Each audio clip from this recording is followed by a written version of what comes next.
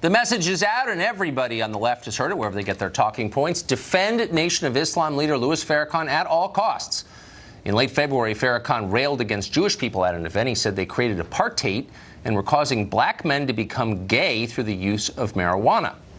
Women's March national co-chair Tamika Mallory will not denounce him. Meanwhile, The Atlantic magazine, which all the smart people read, has published a piece defending him, in effect, citing the Nation of Islam's role in poor communities. Marjorie Clifton is a consultant and a self-described feminist, and she joins us tonight. Marjorie, it's great to see you. Good to see you. How are you? So I knew you were a feminist. I had no idea that Louis Farrakhan was sympathetic to feminism. I went to the Million Man March in '95. I think, actually, to be honest, I think there are worse people in America than Louis Farrakhan. But he's a hater, and he's certainly not a feminist, and he's an open bigot. So, like, why would the Women's March, which is about women and progressive values, be tied to him? Well, it actually wasn't. They just came out in a public statement and denounced his statements that were anti-Semitic. But what's interesting about the Women's March, it is in a movement that is embracing a lot of different kinds of women. So you've got women coming from the African-American community, the Jewish community, the white community, the Muslim community, and it's complicated. And one of the amazing things that I'm seeing in this movement is a willingness to acknowledge that sometimes we step in it because we are in some ways not aware of how even just participation in an event, like we saw with Tamika Mallory, who attended an event where he was speaking, offended others. And what's great about her is she has come forward and apologized to those around her for the ways that she created. And she has very publicly come out and said, of course I do not defend those statements. And of course I denounce but that's actually, but if I can do, wow, I've never seen a gloss like that. It's in fact, I'm blinded by the sheen from the gloss that you just put on that. She didn't actually say that. She continued to defend him. She initially refused until the media noise got so loud from the right that she couldn't ignore it. She defended him and said, I'm not disavowing him. And it's so are you suggesting that she didn't know of his views? She doesn't have Google or Wikipedia where she is? What I think she didn't realize was that in one thing he said, and actually, as you said it in the last segment, one person, an entire movement shouldn't be discredited for the actions of someone associated in any removed way, and that's what we're talking about. But here. Wait a second. No, hold on. But hold on. I can't let you go on that because again, I just want to be clear. I think there are worse people than Louis Farrakhan. I think Farrakhan's repugnant. But I think they probably do some decent things in neighborhoods. I mean, I try not to paint in stark contrast.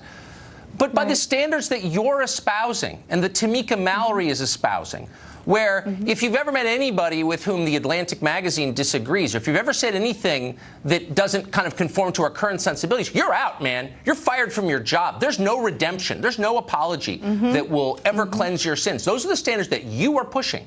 So why do you apply different standards to yourself? Actually, I'm not. And what I'm actually espousing is that in any movement, and this is true, by the way, of any administration, anyone else, there should be the opportunity to repair where something has done wrong. And I think that's true in terms of how the Me Too movement's handled all of these others, is that you cannot be guilty as accused on one shot. It doesn't mean that every person is perfect. It doesn't mean that we can't step in it and correct and repair. And that's what she is doing, by the way. And so this movement is acknowledging we're coming at this from a lot of different angles. And, okay, well, so what I guess what you're saying is there are probably good people on both sides of it. Is that what you're saying?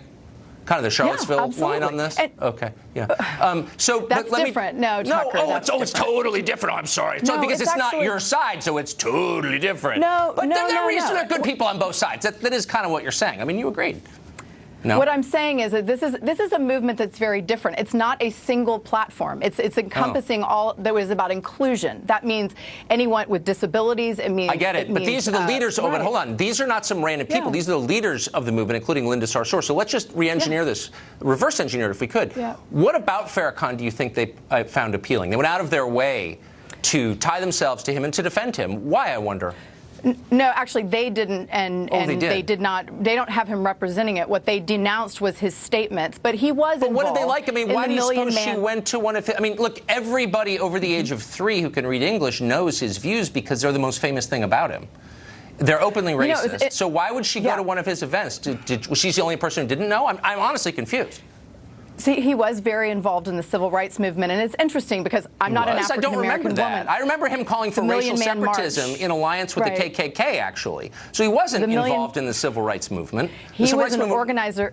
He was an organizer in the Million Man March that you participated in. Yeah, that was 1995, 30 years later. Let me offer another way of looking at it, okay? I'm not an African-American woman, and it's interesting because I've talked to others in the African-American community that said when OJ, was basically on trial, it was a very hard thing to get their heads around that he could, in a sense, not betray the movement, but do something wrong because he was an idol in that community. And I think there are people that do good things, but they also, can do bad things, but it doesn't make the whole movement discredited. I agree with you. Right. Let me stop right now and just say, I totally agree, and we're all flawed, and good people do bad things. And by the way, bad people do good things, because that's the nature of life. And so I hope you will add your voice to the tiny chorus of people reminding everyone else of that the next time someone gets fired from his job because he had lunch with someone that he doesn't agree with. Like, can you please help convince people that that's true? Okay, good. That is if I had one mission in life, it would be get people together and talk about it, give people an opportunity to repair, restore cultures of organizations when bad things happen. For example, the entire Catholic faith is not discredited by the fact that there were priests who were pedophiles. Yeah, Billy Graham was not a bad person because he associated with Nixon at one point in time. That doesn't discredit his life's work. Well, good. So we can't think things that way. I found the one reasonable liberal tonight. Thank you, Marjorie, because I agree with all of that, and I appreciate your saying it. Thanks. Well, Republicans control the House, they control the Senate, they of course control the White House. Why are they still sending billions of taxpayer dollars over time to Planned Parenthood, which is an explicitly Democratic organization whose leaders just spoke at the 2016 Democratic Convention? Talk to a Republican member of Congress next about that.